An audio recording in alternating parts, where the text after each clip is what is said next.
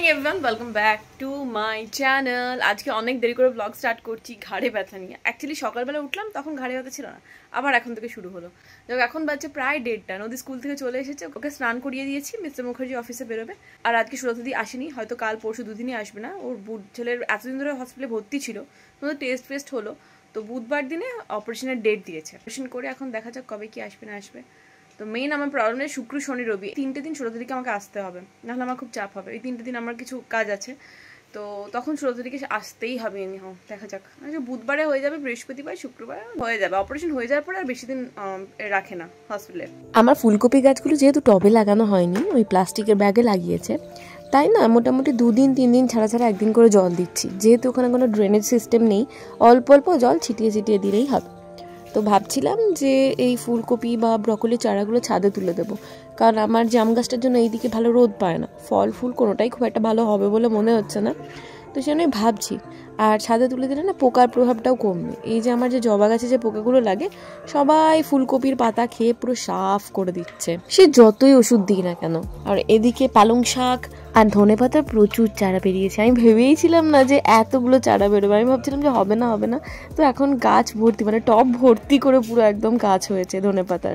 দিয়ে আমাদের মাথা খারাপ করে দিচ্ছে। ওটাকে হার্ড কপি বলে, সফট কপি নয়। ও হার্ড কপিতে দিতে হবে। হ্যাঁ কি বলছো? ডেট আজকে দিয়ে দিচ্ছে। হ্যাঁ ঠিক আছে। নদী এখন আমাদেরকে পাগল করে দিচ্ছে। ওর সামনেই কার্নিভাল আছে, সেই কার্নিভাল অ্যাটেন্ড করবে। আমরা বললাম যে করতে হবে না, যে না ও করবে এনিহাও। পাপাকে দিয়ে সাইন করাচ্ছে কার্নিভালের কনসেন্ট লেটারে। কনসেন্ট লেটারে সাইন করে ও কার্নিভালে যাবে, ওখানে ট্যাটু করবে, সান্টা ক্লজ আসবে, অনেক মজা হবে ওই জন্য। ও বাবা, হ্যাঁ ও একদম বিশাল, ওর ব্যাপারই আলাদা।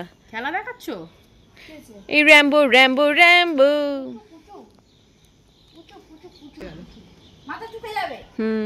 গোল্ডি টয়লেট করে করে তার একদম ফাস্ট করে দিয়েছে। আজ আমরা হেঁটে হেঁটে এলাম, এসে চাটা খেলাম। মিস্টার মুখার্জি গেছে এখন রুটি আনতে, তো রুটি আনতে বললাম। আর পনির আছে একটু, ওই পনির আছে একটু, পনির দিয়ে একটু চিলি পনির বানিয়ে দেবো, ঠিক আছে? তো রাত্রেবেলা আজকে রুটি আর চিলি পনির খাওয়া হবে। তো আমি যাই এখন ক্যাপসিকাম কেটে নিই, আর কেটে নিই, কি যেন পেঁয়াজগুলো কেটে নিই ঝটপট করে। ওকে, পনিরটা বাড়িতে ছিল, মানে চিলাট্রিতে পড়েছিল, তো ভাবছিলাম কি বানাবো। পনিরের অনেক কিছুই আইটেম হয়, শাহি পনির থেকে আরম্ভ করে, বাট সেইগুলো করতে গেলে আগে থেকে এই সমস্ত কাজু বাদাম কিশমিশ এগুলো ভিজিয়ে রাখা উচিত ছিল, চালমগজ। আমি সেটা কিছুই করিনি, তাই তাড়াতাড়ি কিছু একটা বানানোর জন্যই চিলি পনিরটা বেস্ট অপশন। যদিও আজকে আমি এত তাড়াতাড়ি করেছি আপনারা চিন্তা করতে পারবেন না, পুরো জগা খিচুড়ি। পনিরটা আমি ডুবিয়ে রেখেছিলাম ওই কর্নফ্লোর আর ময়দার ব্যাটারে, তো সেটা আলাদা করে ভাজতে হতো। আমি কি করেছি, রসুন আর আদা কুচি যেটা দিয়েছি ওর মধ্যেই একবারে পনিরগুলো ভেজে নিয়েছিলাম হালকা করে। যদিও খারাপ কিছু হয়নি, বা পনিরগুলো পুড়ে গেছে বা খারাপ হয়ে গেছে সেরকম না, ঠিকই হয়ে গেছিলো। তবুও আর কি ওটা প্রপার নিয়মে করি না। আসলে ক্লাস 7-8 থেকে আমি ওই সমস্ত আমিষ রান্নাগুলো করতাম বাড়িতে, মায়ের যেহেতু মাছ মাংস শুতে থাকতো না আর কি, তো সেই জন্য এই রান্নার প্রতি একটা অদ্ভুত ওই এক্সপিরিয়েন্স হয়ে গেছে। তো সেই জন্যই এখন এই প্রপার নিয়মে এটার পরেই এটা দিতে হয়, এটার আগে এটা কষাতে হয়, এই নিয়মগুলো এখন ফলো করি না। আপনি যে বিষয়ে এক্সপিরিয়েন্সড হন না কেন, সেই বিষয়টা আপনার কাছে প্রচণ্ড ক্যাজুয়াল হয়ে যায়। তো তখন আপনি জানেন যে সেই রান্নার টেস্টটা কীভাবে নিয়ে আসতে হয়। তখন ওই প্রপার নিয়মে এটার পরেই এটা ভেজে দিতে হবে, ওটা এই করে দিতে হবে, তখন আর এই নিয়মগুলো খাটে না। যেদিন তোমার তাড়াহুড়ো থাকে না সেদিন তুমি ধীরে সুস্থে কষিয়ে কাশিয়ে রান্না করো, ঠিক আছে? বাট যখন তোমার তাড়াহুড়ো আছে বা একটা টাইমের মধ্যেই তোমাকে খাবারটা নামাতে হবে, তখন না ওই কষানো ভাজা ওই জিনিসগুলো ঠিক প্রপার নিয়মে হয়ে ওঠে না। তখন একটু তাড়াহুড়ো করে যেরকম খুশি করেই করতে হয়। কাঁচা পেঁচা না হলেই হলো, আর নুন মিষ্টির পরিমাণটা ঠিক হলেই হলো। হয়তো প্রপার কোনো 5 স্টার হোটেলের শেফ না হতে পারি, বাট রান্নাটা এরকম করে নিতে পারি যে মোটামুটি আমার বাড়ির লোকজন বা আমি আয়েশ করে খেতে পারি। এই যে ধরুন আমরা যখনই হোটেলে খাই তখন ওই ক্যাপসিকামগুলো বা পেঁয়াজগুলো না একদমই বেশি ভাজে না, একটু ক্রাঞ্চি থাকে, একটু কচকচে থাকে। বাট আমার বাড়িতে আবার সেইগুলো একদমই কেউ পছন্দ করে না।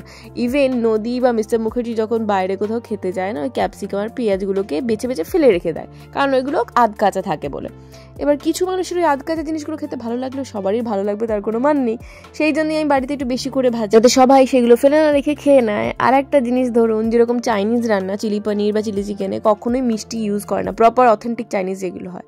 বাট আমরা একটু মিষ্টি মিষ্টি খেতে পছন্দ করি, যেরকম যা খেতে পছন্দ করি সেরকম হিসেবে বানাই। এবার আমি রান্নায় মিষ্টি দিচ্ছি মানে আপনাদেরকে একদম ফলো করে সেইভাবে রান্না করতে হবে সেটা তো নয়, আপনারা আপনাদের টেস্ট অনুযায়ী দেবেন।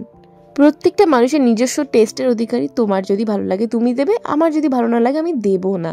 তার মানে তোমার রান্না বাজে আমার রান্না ভালো এরকম কিছু কিন্তু নয়। সবারই রান্নাই ভালো, সবাই যে যার নিজের মতো করে রান্না করে, নিজের ফ্যামিলির লোকজনের জন্য রান্না করে, তারা যেরকম ভালোবাসে সেরকম ভাবেই রান্না করে। আচ্ছা দেখুন, আজকে আমি চিলি পনিরটা একদম ঝোল ঝোল রেখেছি, কারণ সবাই একটু গ্রেভি চেয়েছিল, রুটিটা ডুবিয়ে যাতে খেতে পারে। দুটো রুটি আর শশা নিয়ে চললাম ওপরে খেতে। চলে এসেছি আমার খাবার নিয়ে, এখন বাজছে 7:45, একটু দেরি হয়ে গেল। চপ নেই, খেয়ে নি। টেস্টি, অনেকদিন পর খাচ্ছি না, ভালো লাগছে চিলি ব্যাপারটা, মানে আমার কাছে টেস্টি, আপনাদের কাছে নাও লাগতে পারে। মারাত্মক লেভেলের ঠান্ডা পড়েছে আজকে, প্রচন্ড ঠান্ডা। আর এখন বাজছে রাত্রি 11টা, আমরা একটা মুভি দেখছি। কি নাম মুভিটা? এলিভেশন বলে একটা মুভি নেটফ্লিক্সে। এটা অন্য টাইপের মুভি, এখনো মানে ব্যাপারটা বুঝতে পারিনি যে কি হচ্ছে না হচ্ছে, দেখছি আর কি, এই শুরু হলো। দেখি যতক্ষণ পর্যন্ত দেখবো। তুই কালকে সকাল নদী স্কুল আছে, তো ব্লগটা কালকে পর্যন্ত কন্টিনিউ করবো। দেখা হচ্ছে কালকে সকালে। Good night.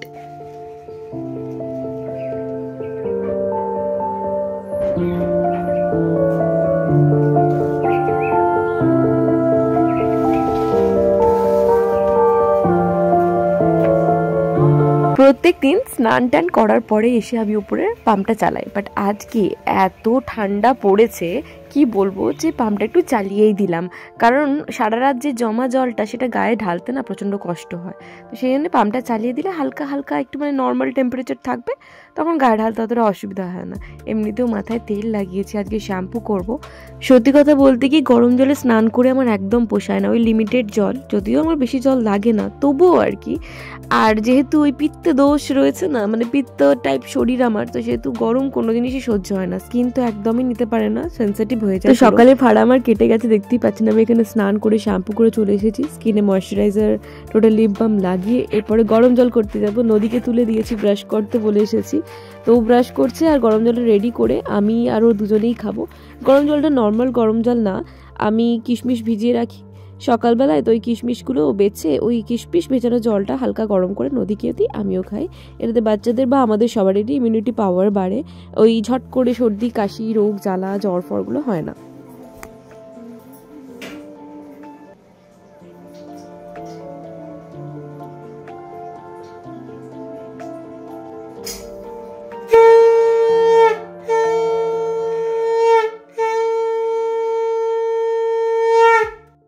আজকে মিস্টার মুখার্জি একটু তাড়াহুড়ো আছে, সেই জন্য আর অটোর জন্য ওয়েট করেনি, ওই বাইকে করে নদীকে সোজা দিয়ে চলে এসেছে। আর সেই সুযোগে বাইরে যে হাঁটা ফাটা হয় সেটা আজকে হয়নি, আমিও হাঁটিনি, তো সোজা রান্নাঘরে চলে এসেছি। আগে এই ডালটা বেটে রেখে দিচ্ছি, ডালের হয় বড়া করব বা ঝাল দেয়া করব কিছু একটা।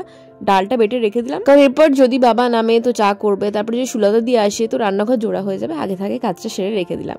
তারপরে সোজা চায়ের কাপ হাতে নিয়ে সব কনফারেন্স কল অ্যাটেন্ড করে, মানে হোয়াটসঅ্যাপ কল নিয়ে এখন আমি হাঁটতে হাঁটতে বেশ কিছুটা যাব।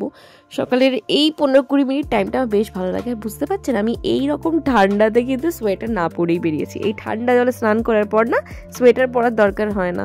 আপনার বডি এমনিতে এতটা ঠান্ডা উপভোগ করে পারে যে বাইরের ঠান্ডা আপনার গায়ে কোনো রকম এফেক্টই ফেলে না, সত্যি। আজকে আমাদের এই লেনটা পুরো ভর্তি, প্রত্যেকটা বাড়িতে মানুষ আছে, প্রত্যেকটা বাড়িতে পুরো ভর্তি আজকে আমাদের লেন। এভরিওয়ান, নদী চলে গেছে স্কুলে, আর মিস্টার মুখার্জি গেছে মাছ আনতে। মিস্টার মুখার্জি আজকে বেরিয়ে যাবে হচ্ছে উড়িষ্যা, মানে অফিসিয়াল ট্যুর যেরকম থাকে, তো ও মাছটা এনে দিয়ে যাচ্ছে, কারণ তারপরে আর মাছ আনা হবে কি হবে না, তো আজকে কালকে মাছ হয়, এমনি তো বৃহস্পতিবার দিনে তো নিরামিষ খাই আমরা। ওকে, 10টা বাজছে, আমার এক্সারসাইজ কমপ্লিট হয়ে গেছে। এরপর আমি নিচে যাব রান্না করতে। আজকে রান্নাতে না আমি বানাবো ওই বড়ার ঝাল, নিরামিষ যেহেতু, মানে আমার না মিসেস মুখার্জি মঙ্গলবার, তো ভাবছি একটু বড়ার ওই সর্ষে বাটা দিয়ে ঝাল বানাবো, টমেটো দিয়ে। আমাদের যা মাছ হবে, তাছাড়া ডাল, বেগুন ভাজা, শিম ভাজা এই সমস্ত হচ্ছে।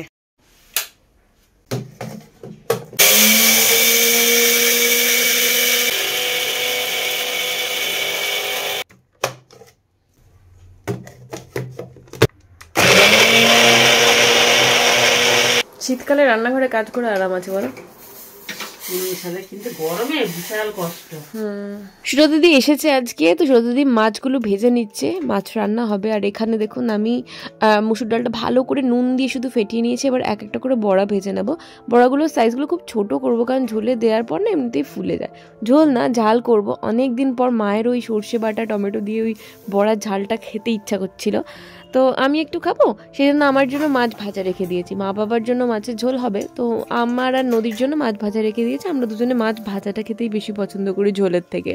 যেহেতু বড়ার ঝালটা মিস্টার মুখার্জির জন্য স্পেশালি হচ্ছে, আমি জাস্ট একটু টেস্ট করব। বাবা টেস্ট করবে না, মাকেও একটু দেবো, মা টেস্ট করবে। আর সর্ষে বাটা রান্নাটা ওনারা বেশি পছন্দ করে না, তো সেই জন্যই ডালের ব্যাটার অনেকটা তুলে রেখে দিয়েছি। হয়তো আজকে না হয় কালকে ওনাদেরকে একটু বেশি ওই হয় যেরমভাবে মুসুর ডালের বড়ায় কি পেঁয়াজ কুচি, লঙ্কা কুচি, ধনেপাতা কুচি দিয়ে বড়া ভেজে দেবো। আর বলবেন না লাউয়ের পাতুরি তো আমার হলো না। মুসুর ডাল দিয়ে আমি লাউয়ের পাতুরি বানাবো ভেবেছিলাম, সেটা আমার কপালে জোটেনি, কারণ লাউ পাতাই খুঁজে পাওয়া যাচ্ছে না, লাউ শাকও পাওয়া যাচ্ছে না, খুঁজেই পাওয়া যাচ্ছে না, কোথায় গেল কে জানে। সর্ষেটা বেটে নিয়েছিলাম, ওর মধ্যে টমেটো দিয়ে দিয়েছি, হলুদ দিয়ে দেবো, কাঁচা লঙ্কা দিয়ে দেবো, ব্যাস বড়াগুলো দিয়ে লাস্টে একটু কাঁচা তেল দিয়ে নামিয়ে নেবো। যদিও আমার মায়ের রান্নাটা মানে আকাশ আর পাতাল তফাৎ এই জন্যই হয়, কারণ মায়ের যে সর্ষে বাটা বা যাই হোক বাটা, সমস্ত কিছু বাটাই বা মা শিলে বাটে, তো শিলে বাটার টেস্ট মশলা তো অনেক বেটার হবে এই মিক্সির বাটার থেকে। কি আর করবো, নাই মামার থেকে কানা মামা ভালো, তবু আর কি কাছাকাছি আসে টুকটাক। দেখুন আমার হয়ে গেছে, বড়াটা অলরেডি ফুলে গেছে, তো আমি বেশিক্ষণ ধরে ফোটাবো না, নাহলে পুরো ঝোলটা কমে গিয়ে একদম এক ফোঁটা হয়ে যাবে, কাউকে পাতেই দিতে পারবো না। এমনিতেই ডালের বড়া খুবই নরম হয়, ঝোলের মধ্যে থাকতে থাকতে মানে শোক করে নেবে। এরপরে অল্প একটু তেল দিয়ে ঢাকা দিয়ে রেখে দেবো। আমি এখানে বসে বসে মুড়ি খেতে বসেছি, আজকে মুড়িটা অনেক কিছু দিয়ে মেখেছি, সাথে মাছ ভাজাও নিয়েছি। ফুল দেখতে দেখতে খাচ্ছি। এই আজকে কি সুন্দর বাড়ছে, এটা একই বাঁশ ফুলের মতো রয়েছে। বসে বসে খাও। এই গোলাপ গাছে জল দিতে কেমন কচি কচি পাতা বেরিয়ে গেছে, লাল লাল ডাল থেকে। আমার বাবার আজকে আবার কি ভালো দিন জানেন, আমি লেপের তলায় ঢুকে ঢুকে আমি এডিটিং করছিলাম। যাই হোক, লেপের তলায় ঢুকে থাকার সময় শেষ, এডিটিংও কমপ্লিট হয়ে গেছে। 12টা বাজতে না, 12টা বাজতে না, 1টা বাজতে 15, তো নিচে যাবো খেতে দিতে। তো আজকে ব্লগটা এখানে শেষ করছি, দেখা হচ্ছে নেক্সট ব্লগে। ভালো থাকবেন, সুস্থ থাকবেন, সবাইকে ভালো রাখবেন। হ্যাপি শীত ডে। ও মা, বাই।